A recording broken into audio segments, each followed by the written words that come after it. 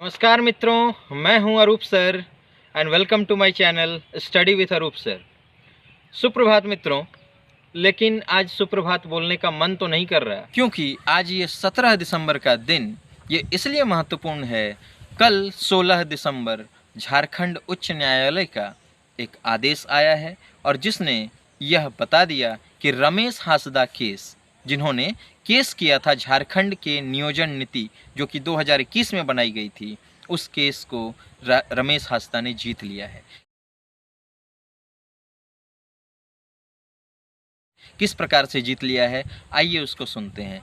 ये हम जैसे झारखंड वासियों के लिए बहुत ही महत्वपूर्ण है। आइए इसे एक छोटी सी कहानी के रूप में आपको सुनाता हूँ।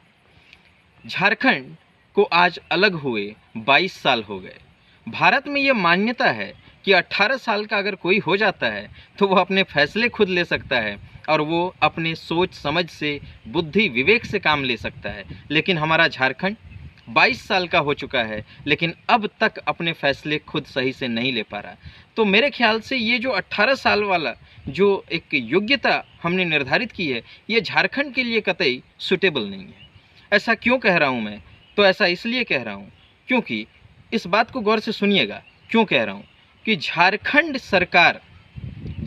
की जो सरकार है वो झारखंड के युवाओं के लिए एक नियोजन नीति बनाती है और उस नियोजन नीति को झारखंड के ही हाईकोर्ट के द्वारा निरस्त कर दिया जाता है।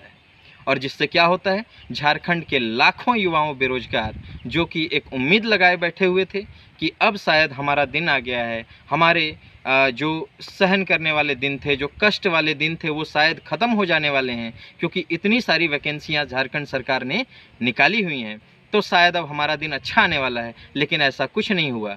क्यों? क्योंकि उसी नियोजन नीति को जो है आज झारखंड हाईकोर्ट ने रद्द कर दिया है। आखिर क्या था ये केस और क्यों रद्द किया गया? तो इस बात को भी ज़रा समझने वाला है क्या कि झारखंड सरकार क्या इस बात को नहीं समझती है कि हम किस प्रकार की नियोजन नीति बनाएं कि वो रद्द ना किया जाए।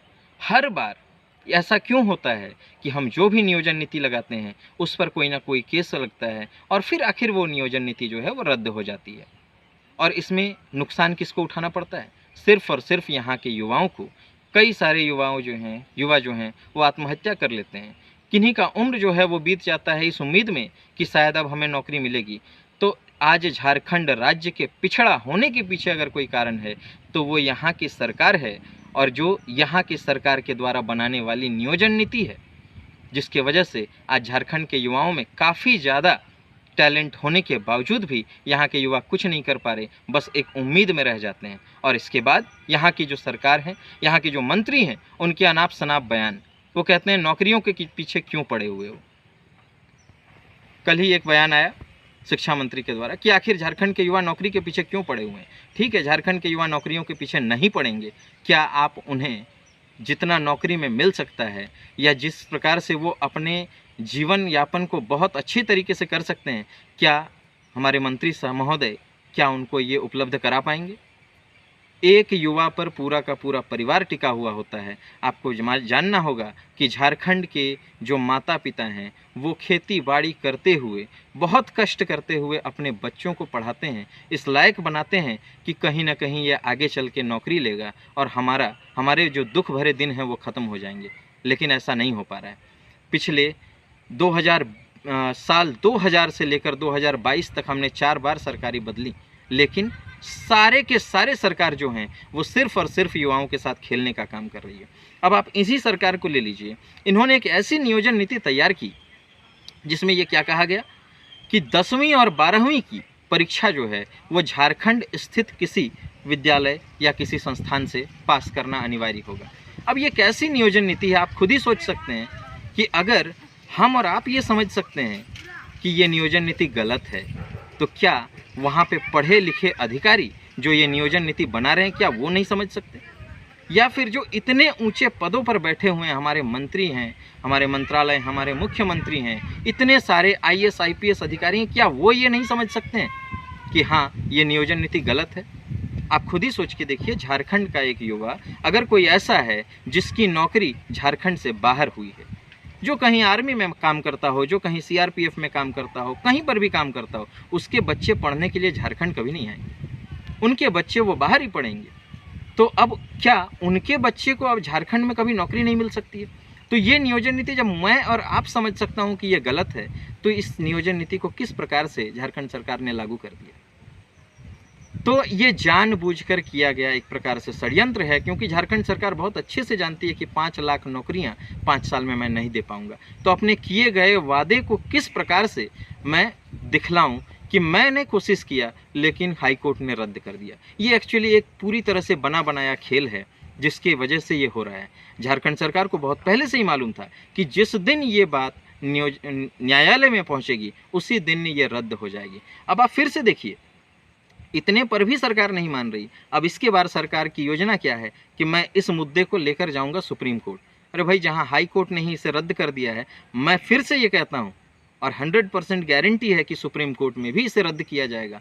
लेकिन फिर भी आप देखिए कि सरकार इसे सुप्रीम कोर्ट ले जाना चाहती है, ताकि वहां पर भी ले जाकर 1 साल कम से कम समय को बर्बाद किया जाए, और उस समय को बर्बाद करने के बाद फिर 2024 में इलेक्शन आ जाना है, और जिसमें हमने ये कहना है कि हमने तो पूरी कोशिश की, लेकिन जो उच्च न्यायालय है और सर्वोच्च न्यायालय है, उनके रद्द कर देने की वजह से हमने नियुक्तियां नहीं कर पाई। ये उनका एक्सक्यूज़ होगा महज।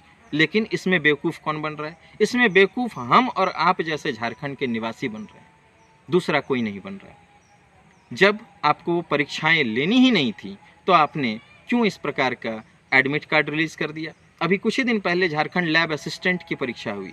कई सारी महिलाएं, कई सारी लड़कियों को जहां उनके ज़िले हैं, अगल बगल का क्षेत्र छोड़कर जमशेदपुर, रांची, धनबाद यहाँ तक भेज दिया गया। लेकिन वो कितने कष्ट से इस ठंडे में गए हैं और वापस आए हैं, न जाने उनके जमा किए हुए पैसे जो हैं वो खर्च हो गए उसमें। लेकिन इसके बाद उनको क्या सुनना पड़ता है कि उनके द्वारा दिया गया जो परीक्षा है वो रद्द हो जाती है। मतलब उनके द्वारा किया गया सारा मेहनत विफल है। तो एक प्रकार से हम कह सकते हैं कि ये सिर्फ और सिर्फ युवाओं को छलने का प्रयास किया जा रहा है।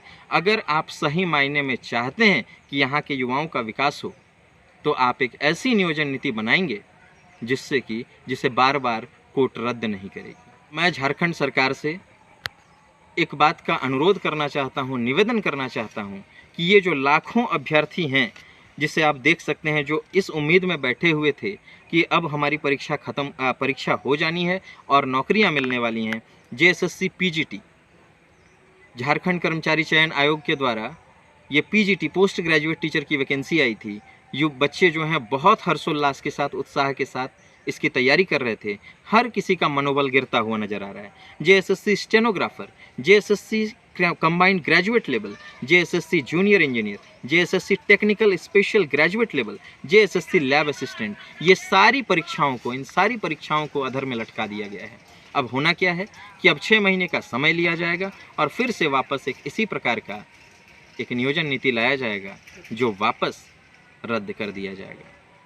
तो मैं तो कहूँगा, मैं सारे झारखंड वासियों से और सारे अपने युवा भाइयों से मैं ये कहता हूँ कि आप इस उम्मीद में रहिए ही मत, आप बस अपनी तैयारी कीजिए। मेरे ख्याल से झारखंड में किसी प्रकार की नियुक्तियाँ नहीं होने वाली हैं जब तक यहाँ की सरकारें नहीं चाहेंगी। जिस दिन हम क्या कर रहे हैं, हम झारखंड के युवा इस प्रकार से ठगे जा रहे हैं कि हम क्या करते हैं, हमारा 5 साल मोह भंग होता है तो हम अगली बार दूसरी सरकार को चुनते हैं। अगली बार बीजेपी आएगी और फिर उनके द्वारा भी क्या किया जाएगा, उनके द्वारा भी यही काम किया जाएगा। फिर 5 साल उनसे मोह भंग होगा और फिर अगली बार हमने जेएमएम को ले आना है। तो इस प्रकार से ये खेल उनका चलता रहेगा कि, और ये बात वो भी भली भांति जानते हैं कि एक बार पक्ष में बैठना है, अगली बार विपक्ष में बैठना है और दूसरा कुछ नहीं होना है। जो उनकी रोटी है वो चलती रहेगी, लेकिन यहाँ पे ठगे जाएंगे कौन? झारखंड के युवा ठगे जाएंगे। तो इससे बेहतर है, मैं तो ये कहूँगा कि आप परीक्षाएं दीजिए, आप तैयारी कीजिए, लेकिन केंद्र की कीजिए, दूसरे जगह की कीजिए। झारखंड का हो तो दीजिए ज़रूर, लेकिन मैं ये कहता हूँ कि अगर आपकी नियुक्ति भी हो जाती है तो 60 साल तक आप खुशी मत मनाइए, क्योंकि अगले 60 साल तक, जिस दिन आप रिटायरमेंट हो जाएंगे, उस दिन आपको खुशी मनाने का दिन होगा कि हाँ, हमने सही मायने में अपना कार्यकाल पूरा कर लिया। क्यों? ऐसा हो सकता है कि अगली बार जो सरकार आए वो आपकी नियुक्ति को रद्द कर दे और आपका सारा का सारा किया कराया, सारा का सारा खुशी जो है वो दुख में तब्दील हो जाए। आज इसी बात के साथ मैं अपने वक्तव्य को ख़त्म करता हूं और मैं चाहता हूं कि अगर मेरी ये बात झारखंड सरकार तक पहुंचे तो मैं बस उनसे इतना अनुरोध करना चाहता हूँ कि आप पर हमारी उम्मीदें टिकी हुई हैं, क्योंकि आप यहीं से जुड़े हुए हैं। तो महोदय, एक ऐसी नियोजन नीति बनवाइए अपने अधिकारियों से जो दोबारा कोर्ट में न जाए और दोबारा रद्द न हो। यहाँ के युवाओं को बचाइए, यहाँ के युवाओं को आत्महत्या करने से रोकिए और यहाँ के परिवारों को एक खुशहाल ज़िंदगी दीजिए। धन्यवाद।